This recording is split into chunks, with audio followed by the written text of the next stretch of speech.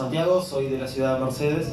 Hacía años que estaba en Montevideo, así que estuve un poco desvinculado de esta ciudad. Este año me vine a la ciudad para hacer mis estudios de posgrado. Así que bueno, muy contento por la invitación y sobre todo para hablar un poquito del 27 de junio. Voy a intentar ser breve y conciso porque tengo 40 minutos. Entenderán que 40 minutos para que un profesor de historia resuma dictadura, que esto lo damos en meses, es muy complicado. Entonces voy a intentar ser conciso en cuestiones claves y dejar sí algunas preguntas abiertas para discutir al fin de la charla que me parecen muy importantes de hacer. Bien, por ahí capaz que no se ve muy bien la presentación porque hay un poquito de sol, pero van a tener que usar un poco su imaginación, ¿sí? Primero que nada, antes de entender las dictaduras militares de la década del 70 y del 80 en América, tenemos que comprender lo que era el mundo en ese momento. No estoy acá para hablarles de la Guerra Fría, pero básicamente esa polarización del mundo en dos grandes superpotencias que tenían y van a buscar zonas de influencias por todos lados. Y una de esas zonas de influencias es América. Entonces, no podemos entender nuestra última dictadura cívico-militar sin entender el contexto internacional de Guerra Fría y de polarización del mundo. Ya vamos a ir agarrando algunos pedacitos de eso. Bien. Obviamente que cualquier hecho histórico se tiene que abordar desde algunos antecedentes, que los vamos a dar bastante rápido, porque lo que nos interesa es otra cosa. Pero antes de los antecedentes, yo tenía acá, perdón que precísenme, ahí está, tenía algunas cuestiones claves para discutir. Bien, antes de comenzar a abordar este tema, que es el 27 de junio, hay cosas claves que tenemos que ver y dejar un poco algunas preguntas abiertas para poder discutir con ustedes sobre esto. Una primera cosa clave que me parece fundamental discutir antes de discutir y ver nuestra última dictadura cívico-militar son cosas que hasta el día de hoy la sociedad parece debatir.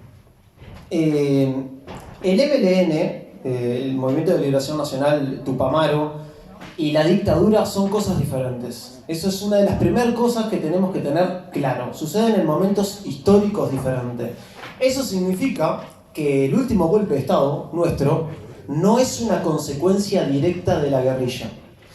Parece increíble que en la historiografía nacional, hasta el día de hoy, sigamos discutiendo la teoría de los dos demonios, por ejemplo. ¿Sí? Entonces, el movimiento guerrillero de los Tupamaros y la dictadura son cosas diferentes. Y el golpe de Estado no empieza directamente por el MLN. ¿Sí?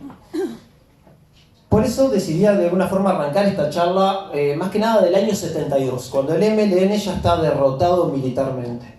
¿Sí? Para diferenciar y de alguna forma sacar lo que es esta teoría de los dos demonios que Sanguinetti se encargó mucho de manifestar. ¿Sí?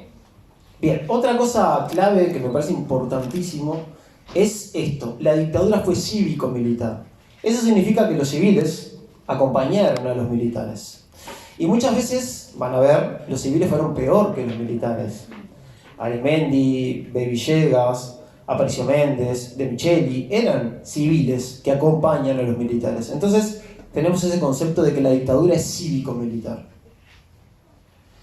Y otra cosa que a mí me parece fundamental para discutir y para aportar a la nueva historiografía es el tema de la periodización. Yo sé que hoy es 27 de junio, pero tenemos que manejar también otras fechas. Esto lo vamos a hacer en el correr de la charla, pero miren qué importante es eso. Ahí está la periodización y ahí tienen dos grandes globitos con historiadores. Por un lado tenemos la periodización clásica de la dictadura, con Luis González y historiadores como Caetano, Rila y Nahum. Y por el otro lado tenemos la nueva historiografía, que va a hablar de otra periodización de la historiografía, caracterizada por Carlos de Masi, es uno de los mejores historiadores de América. Tuve el honor de ser su alumno en el IPA, 3 años. Es actual profesor mío de la cátedra de historia de posgrado. Y bueno, y realmente le hace una revisión historiográfica a la periodización de la dictadura muy buena. Vamos a verla, sobre todo en el correr de la charla. Esto que tienen acá es la periodización clásica que vemos en el liceo, que nos enseñan en el liceo, si llegan a dar dictadura en el liceo, ¿sí? Que en la mayoría de los casos no se llega a ver. Vamos a ver por qué también. Esta es la periodización clásica de Luis González, que retoma Rila y Nahum, sobre todo, donde se diferencian tres periodos claros, con fracturas institucionales, que van a marcar la periodización de la dictadura. A saber, desde el 27 de junio, desde 1973, hasta 1976, cuando los militares destituyen a Bordaberry, tenemos la primera parte, que es lo que González, que después retoma Rila, llama la dictadura comisarial. Después tenemos el ensayo fundacional, que sería desde el 76, desde la destitución de Bordaberry, hasta el plebiscito del 80. ¿Sí?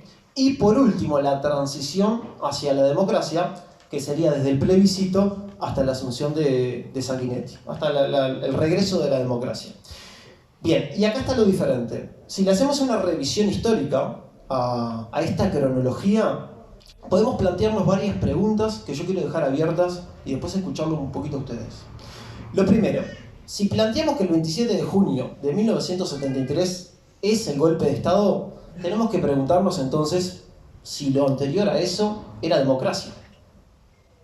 Primero, tenemos que ver y sobre todo abordar lo que pasó en febrero del 73. Ahí está lo importante y ahí está la verdadera fecha de inicio del golpe de Estado. Ya lo vamos a ver. Y otra cosa que es importante a la luz de las nuevas discusiones historiográficas es cuándo termina, no la dictadura, sino la transición de la dictadura hacia un régimen democrático. Con Sanguinetti, en el 86 con la ley de caducidad, en el 89, en el 2002 cuando Valle hace la Comisión para la Paz, en el plebiscito del 2009. Bueno, hay algunas preguntas abiertas que podemos discutir después a ver cuándo realmente terminó la transición. Porque cuando asume Sanguinetti en el 85, todavía había muchísimos presos políticos, había muchísima gente en el exilio. Entonces, el concepto de transición también se nos hace problemático. ¿Sí? Bien, eso como cuestiones para ir dejando abierta una discusión después. Ahora sí, vamos a entrar netamente con el tema que nos compete. Cualquier hecho histórico hay que abordarlo de sus antecedentes. No se puede entender un hecho histórico aislado, ¿sí? Entonces vamos a ver un poquito los antecedentes. Primero que nada, no sé si se lee bien ahí, dice la organización del movimiento obrero, el surgimiento de la Convención Nacional de Trabajadores, la CNT. Les voy a contar algunas cosas para que vayan viendo y entendiendo cómo empieza la huelga, ¿sí? Sobre todo la huelga general. No podemos entender si no entendemos un poquito de la CNT e irnos sobre todo al año 64. En 1964, la CNT hace una gran reunión, reuniendo a todas las fuerzas vivas, ¿sí? Y ahí hace una promesa. En ese año, 1964, empieza el golpe de Estado en Brasil.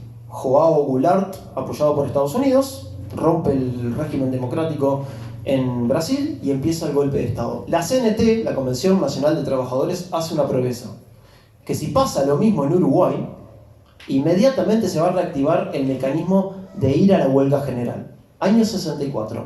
Recuerden eso porque después en el correo de la charla se va a ir dilucidando esas cosas.